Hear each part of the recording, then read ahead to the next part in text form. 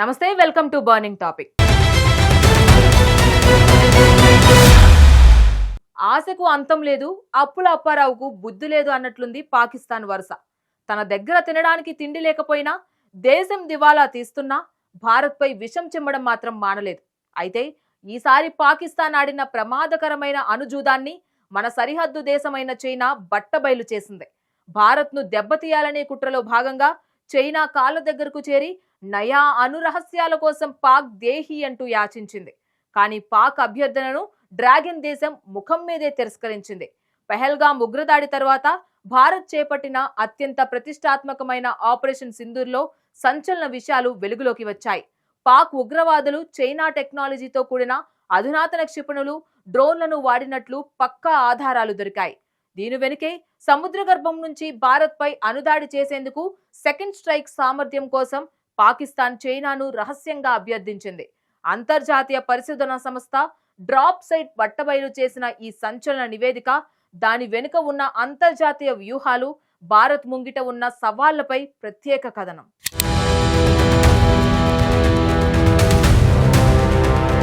భారత సరిహద్దుల్లో వ్యూహాత్మక ఉద్రిక్తతలు మరోసారి తీవ్ర రూపం దాల్చాయి. మన పొరుగు దేశాలు నిరంతరం సరికొత్త కుట్రలతో భారత్ను ఇరుకున పెట్టాలని చూస్తూ ఉన్నాయి. ముఖ్యంగా పాకిస్తాన్, చైనా దేశాలు మన దేశ భద్రతకు నిరంతర సవాలుగా మారాయి. ఇటీవల పహల్గాం వేదికగా జరిగిన ఘోర ఉగ్రదాడి దేశాన్ని తీవ్రంగా కలిచివేసింది. ఈ క్రమంలోనే భారత సైన్యం అత్యంత ప్రతిష్టాత్మకంగా ఆపరేషన్ సింధూర్ను చేపట్టింది. ఈ ఆపరేషన్లో పాక్ దళాలు ఉపయోగించిన ఆయుధాలు చూసి రక్షణ నిపుణులు దిగ్భ్రాంతి చెందారు. భారత్ను దెబ్బతీయడానికి చైనా నుంచి సేకరించిన అధునాతన క్షిపణులను పాక్ వాడింది. అత్యాధునిక సాంకేతికతతో కూడిన డ్రోన్లను కూడా ఈ దాడుల్లో ప్రయోగించినట్లు తేలింది. ఈ పరిణామాలు అంతర్జాతీయ సరిహద్దుల్లో పెను కలకలాన్నే రేపుతున్నాయి. డ్రాగన్ సాయంతో పాక్ సాగిస్తున్న ఈ దురాగతాలను భారత్ తీవ్రంగా పరిగణిస్తోంది. శత్రువుల ఉమ్మడి వ్యూహాన్ని తిప్పికొట్టేందుకు భారత సైన్యం సరిహద్దుల్లో గస్తీని మరింత ముమ్మరం చేసింది.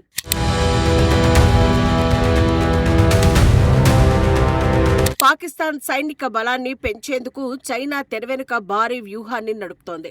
అంతర్జాతీయ నిబంధనలను బేఖాతరు చేస్తూ పాక్కు చైనా కీలక పాత్రల్లో సహకరిస్తోంది.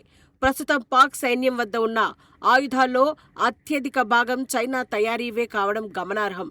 అధికారిక గణాంకాల ప్రకారం దాదాపు 82% ఆయుధాలు డ్రాగన్ దేశం నుంచే వచ్చాయి. గత 5 ఏళ్ల కాలంలో ఈ ఆయుధాల సరఫరా ఊహించని రీతిలో మరింత పెరిగింది. ఈ ఆయుధాల సరఫరాతో పాకిస్తాన్ తన సైనిక సామర్థ్యాన్ని గణనీయంగా మెరుగుపరుచుకుంది. క్షిపణులు, ఆధునిక యుద్ధ ట్యాంకులను చైనా నిరంతరాయంగా పాక్కు అందిస్తోంది. భారత్ను ఇరుపక్కలా ముట్టడించాలనే కుతంత్రంతోనే చైనా ఈ వ్యూహాన్ని అమలు చేస్తోంది. పొరుగున ఉన్న శత్రు దేశాల ఈ అపవిత్ర బంధం దక్షిణాసియా శాంతికి విఘాతం కలిగిస్తోంది. ఈ పరిణామాలను భారత రక్షణ శాఖ అత్యంత నిశితంగా గమనిస్తూ అప్రమత్తమైంది.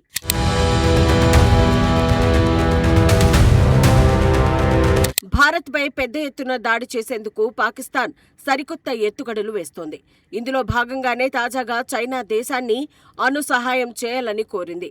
అయితే ఈ ప్రమాదకరమైన ప్రతిపాదనను చైనా ముఖం మీదే తిరస్కరించడం విశేషం. అంతర్జాతీయ పరిశోధనా సంస్థ డ్రాప్ సైట్ వెల్లడించిన నివేదికలో ఈ సంచలన నిజాలు బయటపడ్డాయి. భారత్కు వ్యతిరేకంగా పాకిస్తాన్ రహస్యంగా అణు సహకారాన్ని ఆశించిందని ఈ నివేదిక తెలిపింది. జలంతర్గామి ఆధారిత అణు స్ట్రైక్ వ్యవస్థల కోసం పాక్ తీవ్రంగా ప్రయత్నించింది. అత్యంత అధునాతనమైన అణు సామర్థ్యాలను తమకు బదిలీ చేయాలని చైనాను అభ్యర్థించింది. ప్రపంచ అణు ఆయుధ వ్యాప్తి నిరోధక నిబంధనలను అడ్డుపెట్టుకుని చైనా ఈ అభ్యర్థనను తోసిపుచ్చింది. దక్షిణాసియా ప్రాంతంలో అణు అస్థిరత పెరిగితే అది తమకు కూడా ప్రమాదకరమని డ్రాగన్ భావించింది. ఈ వ్యూహాత్మక తిరస్కరణతో పాకిస్తాన్కు అంతర్జాతీయ స్థాయిలో గట్టి ఎదురుదెబ్బ తగిలింది.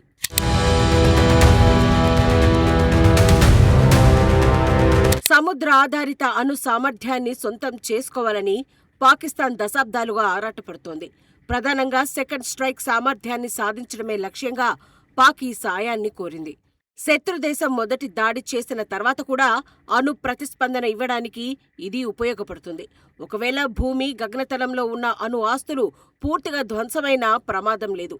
సముద్ర గర్భంలో గుర్తించరాని విధంగా తిరిగే జలాంతర్గాముల ద్వారా ప్రతీకారం తీర్చుకోవచ్చు. ఈ వ్యూహాత్మక సత్తా కోసమే పాకిస్తాన్ చైనా ముందు మోకరిల్లి సహాయం ఆశించింది. కానీ ఈ అత్యంత రహస్యాను సాంకేతికతను బదిలీ చేయడానికి చైనా సుముఖత చూపలేదు. సముద్ర గర్భంలో అణు సమతుల్యత దెబ్బతింటే వచ్చే పరిణామాలకు చైనా వెనకడుగు వేసింది. తన ఉనికిని కాపాడుకోవడానికి పాక్ ఆడుతున్న ఈ అణు క్రీడ అత్యంత ప్రమాదకరంగా మారింది. అయినప్పటికీ ఎలాగైనా ఈ సామర్థ్యాన్ని సాధించాలని పాక్ ఇంకా ప్రయత్నాలు చేస్తూనే ఉంది.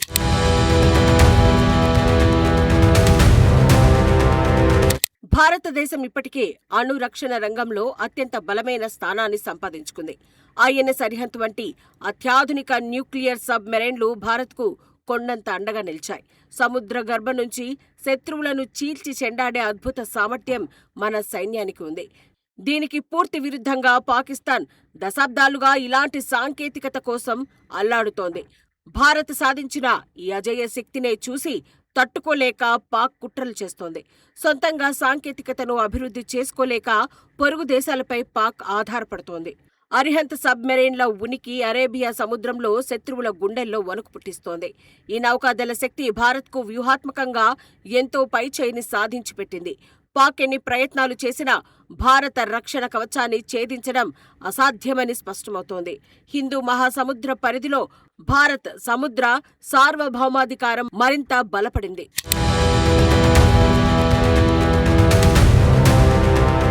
లీక్ అయిన పత్రాల ప్రకారం పాకిస్తాన్ చైనాతో అత్యంత ప్రమాదకరమైన ఒప్పందానికి సిద్ధపడింది. అణు సైనిక సహాయం అందిస్తే గ్వాదర్ పోర్టును చైనాకు రాసిస్తామని ప్రతిపాదించింది. ఈ వ్యూహాత్మక ఓడరేవును చైనాకు శాశ్వత సైనిక స్థావరంగా మార్చాలని పాక్ చూసింది. ఈ ప్రతిపాదన గనుక నిజమైతే అరేబియా సముద్రంలో సమీకరణాలు పూర్తిగా మారిపోతాయి. హిందూ మహాసముద్రం వరకు చైనా సైనిక ఉనికి భారత్కు పెను ముప్పుగా పరిణమిస్తుంది. ఈ ప్రాంతంలో వ్యూహాత్మకంగా రక్షణ సమతుల్యతను ఈ ఒప్పందం పూర్తిగా దెబ్బతీస్తుంది. అంతర్జాతీయ రక్షణ విశ్లేషకులు ఈ పరిణామాలపై తీవ్ర ఆందోళన వ్యక్తం చేస్తూ ఉన్నారు. దక్షిణాసియా భద్రతా పరిస్థితులపై భారత్ మరింత దృష్టి సారించాల్సిన అవసరం ఏర్పడింది. మారుతున్న ఉద్రిక్తతల నేపథ్యంలో భారత్ తన సరిహద్దు భద్రతను మరింత బలోపేతం చేసుకోవాలి. అణు సన్నాహాలను, నిఘా వ్యవస్థలను ముంబై తీరం నుంచి గుజరాత్ సరిహద్దుల వరకు ఇరు పక్షాల బలోపేతం చేసుకోవాల్సిన తరుణమిది.